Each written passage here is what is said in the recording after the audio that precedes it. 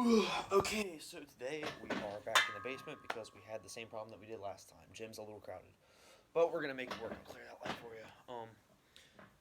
Today I'm going to teach you how to properly perform a bench press. To start, the prime movers involved with this exercise, there's three again. You have your pectoralis major, um, you have your anterior deltoids, which is the front of your shoulders, and then you have your triceps brachii, which triceps. Um, the setup involved with this workout is more in depth than the others. You obviously have your rack, your weight, your bench press, obviously that you need to lie down on. Um, One thing that a lot of people don't value as much when it comes to bench press is getting your feet set up properly, because some people may not know this, but you do use your legs quite a substantial amount when you bench press, and your leg strength definitely affects how much you can bench press just when it's just all part of the movement. So where your feet placement, getting them in a nice sturdy spot. I'll show you when I actually perform the lift, but that'll be in a minute. But that is definitely one of the most important parts of the setup.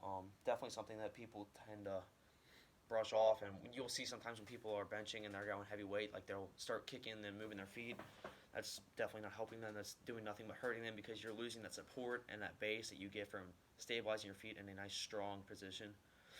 The movement, as I was saying, um, involves you lay down on the bench and you lower the weight slowly um, down until it touches your chest. You don't want to throw it off.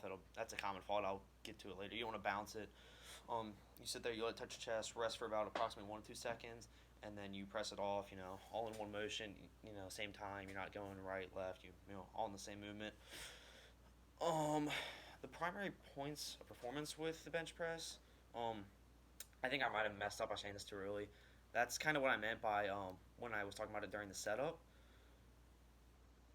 That's one of I want to say slept on, one of the most slept on things, because that is where a lot of people will. This is the thing that most people will forget when it comes to bench press. Obviously, everybody knows you want to lay down. Want to get your chest ready.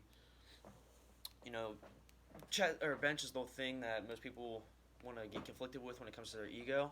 So that's when they kind of forget to brush off all the basics and the normal things that you should do before bench press to help you get better. But a lot of people don't realize that. Um, Another primary point is breathing. I know, obviously, getting oxygen to your blood and respiratory respiration is important in any lift you do, but your breathing when it comes to your bench is a little more is different than a lot of other lifts because it can actually make it easier for you. Like it can make it a lot easier, a lot harder for you. Um, I will again show this when I demonstrate the lift in a minute here, but I'll explain it first. If you inhale, if you take a strong inhale as you're going down, that does what it makes your chest, it puffins it out, which means the distance that you lower that bench press or that this barbell here is lower. So you actually have to take the distance.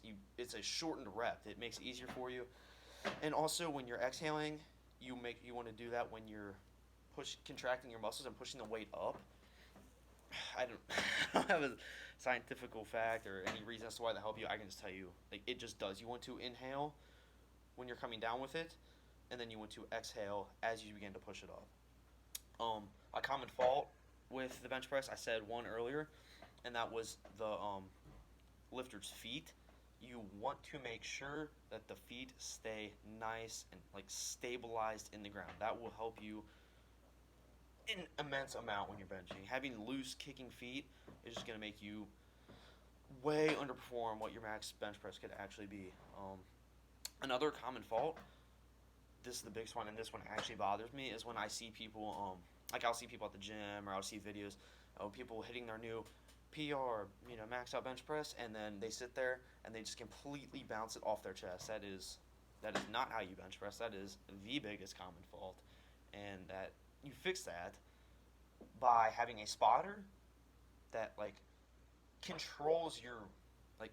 You want to make sure that your spotter isn't playing on his phone, isn't sitting there looking at some dude in the corner. You want to make sure that your spotter is to help you fix this is watching you and controlling that weight down and making sure that you go down for 1 2 seconds. Have them tell you up whenever you come down with it. Have you ease it down and have them yell up or bench go something like that to where you don't bounce it to where you sit there and you hold it there.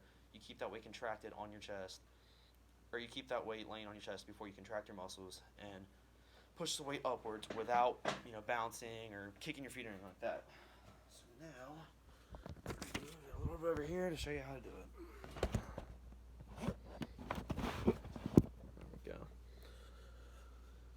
we go. So, now as you can see my feet.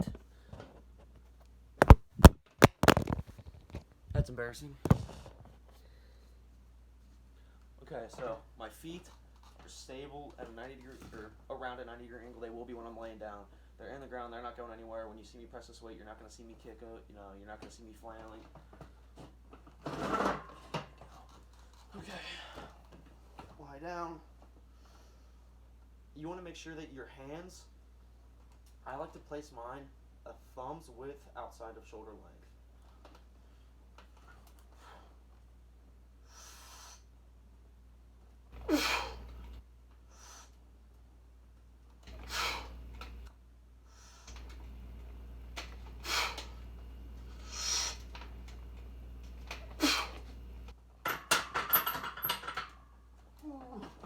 And that is all I got for you today.